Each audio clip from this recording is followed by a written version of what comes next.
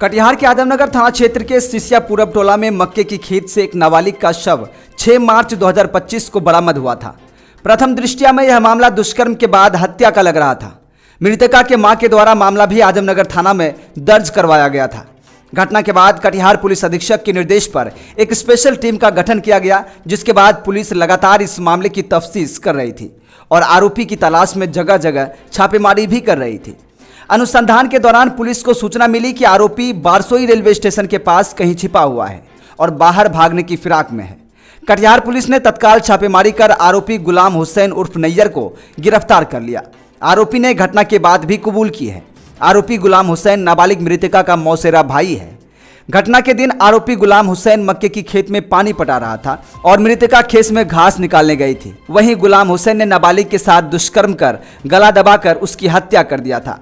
इस घटना के बाद से इस पूरे मामले को लेकर इलाके में काफी तनाव हो गया था। फिलहाल इस घटना के आरोपी को पुलिस ने गिरफ्तार कर लिया है। सच ऑफ बिहार न्यूज के लिए सादिक आलम की रिपोर्ट।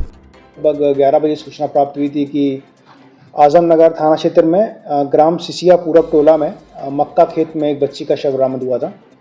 और इस केस की जो वादनी थी, बच्ची की मां, उनके द्वारा बताया गया कि 5 तारीख की शाम से ही बच्ची मक्का के खेत में घास वगैरह काटने के लिए गई हुई थी और उसके बाद से नहीं लौटी थी। तो शाम को गांव के लोगों ने काफ़ी ढूंढने का प्रयास किया था। रात में और दिन में ढूंढने के क्रम में उन लोगों को फिर उसकी डेड बॉडी मिली थी और ऐसा शंका भी व्यक्त किया गया था कि उसके साथ दुष्कर्म किया गया है। इसी आलोक में आजमनगर थाना कांड संख्या 64-25 दर्ज किया गया था। उसके बाद लगातार इसमें अनुसंधान जारी था। जितने भी लोग गांव में, गांव के बाहर, बगल वाले गांव के सभी जितने भी लोगों के ऊपर लोगों ने अपना संशय व्यक्त किया, उन सभी संदिग्धों को लगातार छापेमारी की जा रही थी, पूछताछ की जा रही थी। उसी क्रम में ये क्लियर हुआ कि इसी गांव में रहने वाला ये गुलाम हुसैन नैयर, पिता अशफाक, जो कि यहीं का रहने वाला है और जो कि मृतका का सौतेला रिश्तेदार भी था, इसी ने उस घटना के दिन ये भी शाम को मक्के खेत में पानी से पटवन कर रहा था। उसी क्रम में मृतका वहाँ पर घास काटने के लिए आई और शाम के टाइम सुनसान होने के कारण, उस समय चूँकि रमज़ान चल रहा था, तो शमशान वहाँ बिल्कुल ही शांति हो गई थी और कोई नहीं था। उसी का फ़ायदा उठाकर अभियुक्त के द्वारा जो मृतका है उसके साथ बलात्कार किया गया और इसको छुपाने के लिए हत्या कर दी गई।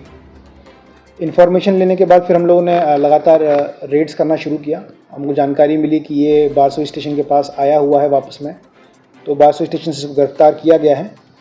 और इसका आपराधिक इतिहास सच तो नहीं है, चूँकि कोई क्राइम इसके अगेंस्ट रजिस्टर्ड नहीं है, बट गांव वालों के हिसाब से बताया गया कि पहले भी इस तरीके के अनैतिक घटना में इन्वॉल्व रहा है, जिसमें जानवर वगैरह था। बट इसको लेके कोई कॉन्क्रीट चूँकि ना केस किया गया है, तो ये हमारे इन्वेस्टिगेशन का क्रम में अभी क्लियर होगा कि उस समय क्या हुआ था, क्या नहीं हुआ था। बट इसका थोड़ी टेंडेंसी पहले से रही है और उसी क्रम में इसके द्वारा इस घटना को अंजाम दिया गया।